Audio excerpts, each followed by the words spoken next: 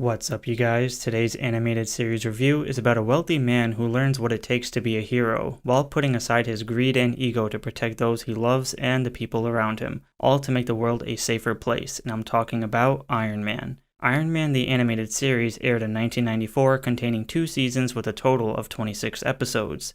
Our story begins with a billionaire playboy named Anthony Tony Stark, who dwells on the loss of his father, Howard Walter Stark, and continues his best to fulfill the legacy his father created by running his advanced technological company called Stark Enterprises. Although he tends to face many challenges and provides as much help as he can to make his world a safe environment, unfortunately his competitor, Justin Hammer, took advantage of Tony's father's death and tries to not only steal certain technology, but also aids the evil villain named the Mandarin. Despite the public seeing Tony as what he appears to be, unbeknownst to them all, he actually dons the superhero identity named Iron Man, who is considered to be employed by Tony, assuming to be just a robot. When transforming, new innovative 3D effects and roughly repeated clips are shown to save time, although not the best, but it's good enough. With that said, as powerful as Iron Man can be, he also summons a group of heroes under the name Force Works, whom consist of War Machine, aka James Rhodey Rhodes, the head of security and Tony's right-hand man; Spider-Woman, aka Julia Carpenter, the vice president and occasional love interest;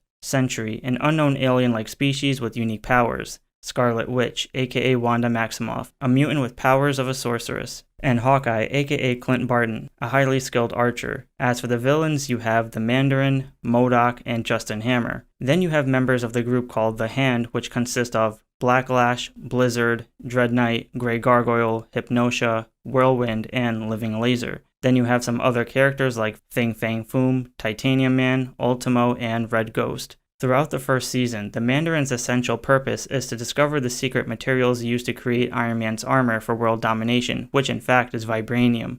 Seeing how both Iron Man and Tony Stark are a threat, both him and Justin Hammer go above and beyond to make Tony's life miserable by trying to get him arrested, stealing his stock money, and ruining his reputation. Other than that, the first half doesn't really offer much of a story, but rather focuses on origins of certain characters and love interests. For example, you have the love triangle between Tony, Julia, and Wanda, where both women fight for his attention and constantly make each other jealous. Unfortunately, Julia winds up winning Tony's love by marrying him, thus resulting Wanda to be heartbroken. However, the episode isn't as what it appears to be. Then you also have Blacklash and Dread Knight fighting over Hypnotia, which happens frequently as well, yet don't think she was interested in either of them. And then you have past origins or love triangles where you see the past of MODOK and the Mandarin and how each character transformed into their current appearance and how they lost the love of their lives. Then of course you also have the origins of Iron Man and how he encountered Dr. Yinsen Wellington up in the mountains when being captive to create armor for the Mandarin. Aside from emotional sacrifices, we also see the past life of Tony and how spoiled he was as a kid, not taking his father and his business seriously. It wasn't until his passing he learned to grow into the man he is today. The show does a great job at keeping suspense or showing inner conflicts when diving deeper into character dilemmas. We get to see how Tony pushes people away constantly as his understandings to do what's right also leaves him to be alone or mentally exhausted, refusing to have anyone help him during troubling times.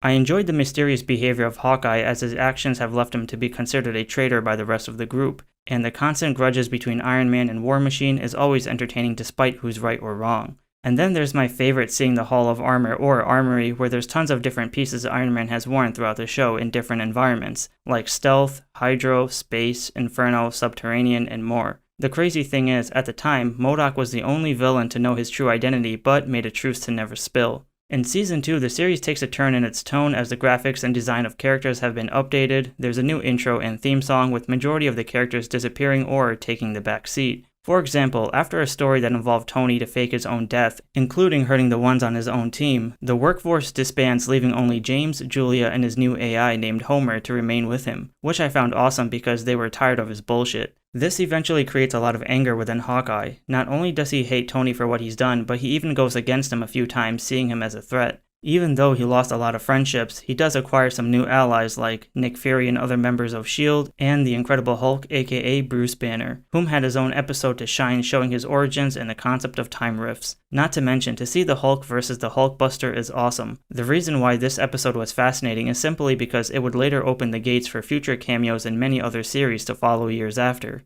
James unfortunately hits his own trauma, as after an incident of being stuck underwater in his armor, this had created phobia and panic attacks, allowing him to step away from putting on the armor and taking battles to the ground in human form. The Mandarin, on the other hand, winds up losing all 10 rings as they're scattered throughout the world, so instead of being the main villain this time, he only shows up by the end credits, showing how he's acquiring each ring within a specific location. So now, Iron Man faces a different range of villains like the AIM Soldiers, Firebrand, Centurion, Crimson Dynamo, Dark Aegis, the Dragon Brothers, the Leader, Madame Mask, and special cameos from Beetle, Stiltman, Ghost, Controller, and Stingray. There's 2 episodes I really enjoyed, which were the return of Tony's father, where this led to a whole emotional trigger of a cliffhanger, as well as a storyline involving Madame Mask, a once love interest for Tony. But after seeing her obsession with beauty, the ending of this episode is enough to kinda creep you out. By the end of the series, the Mandarin acquires all 10 of his rings again and Iron Man's identity has been revealed, but with one last epic battle involving a crystal and the return of the workforce. The fate of the world is left in the hands of these heroes as they successfully put an end to the Mandarin's ruling, and to see his fate was pretty disturbing.